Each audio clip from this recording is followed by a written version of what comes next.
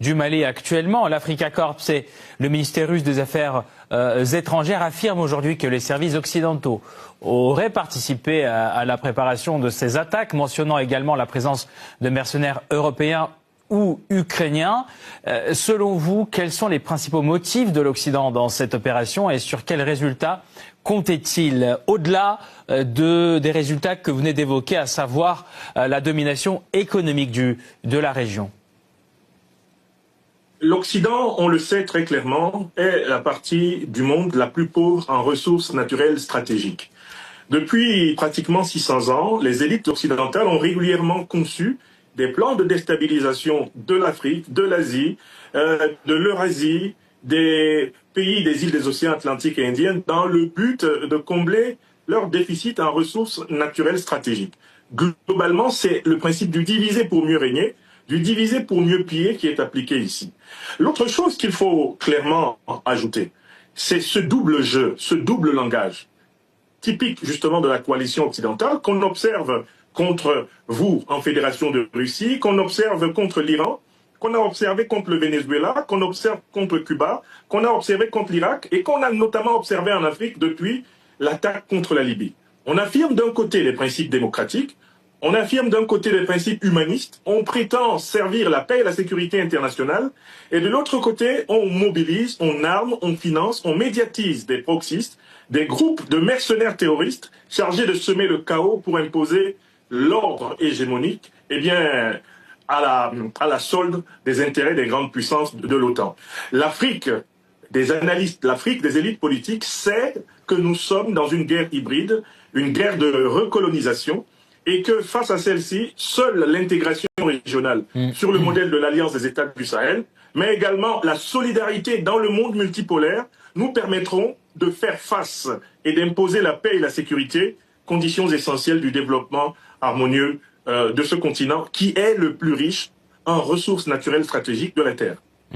Comment qualifierez-vous aujourd'hui cette alliance du FLA avec les terroristes du JNIM? On voit de nouveau que le mouvement présenté par les médias français comme séparatiste joint les actions purement terroristes. On ne peut pas les qualifier autrement. Cette nouvelle attaque coordonnée, est-ce qu'elle peut changer quelque chose dans l'approche occidentale, dans la vision occidentale, dans la presse occidentale de ces attaques? Nous espérons que les révélations qui sont faites depuis plusieurs années maintenant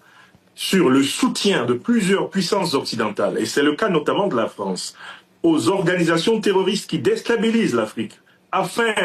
d'y maintenir des intérêts néocoloniaux, nous espérons que les preuves qui s'amoncellent de jour en jour seront de nature à retourner les opinions occidentales contre la politique internationale qui est menée par la plupart donc des États européens, globalement de la plupart des États de l'OTAN.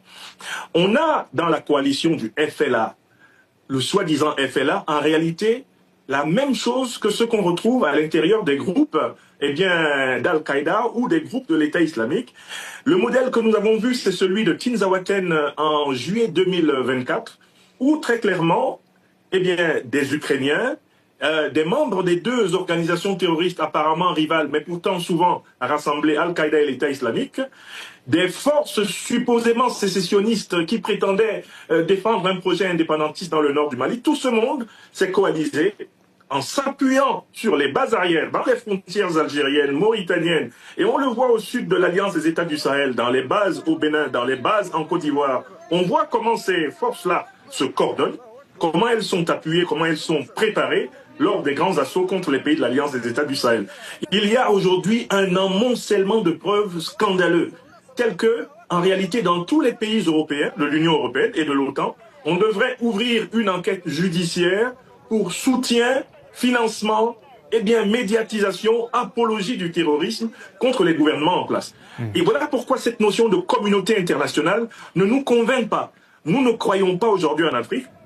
qu'une communauté internationale mêlant ensemble en fait toutes les puissances, par exemple, qui sont membres des Nations Unies, serait de nature à aider efficacement l'Afrique dans cette phase. Nous croyons aux alliances idéologiquement justifiées, historiquement expérimentées, anti-impérialistes, anti-colonialistes, à une fraternité d'armes, comme celle que l'on voit entre les corps armés de la Fédération de Russie et les armées sahéliennes patriotiques panafricaines qui combattent vraiment pour le bien-être des populations. Nous ne croyons pas à un Occident salvateur, nous croyons en une Afrique souveraine avec ses alliés sûrs, anti-impérialistes. Merci beaucoup, Franklin Nyamsi, pour ce décryptage, pour votre analyse de la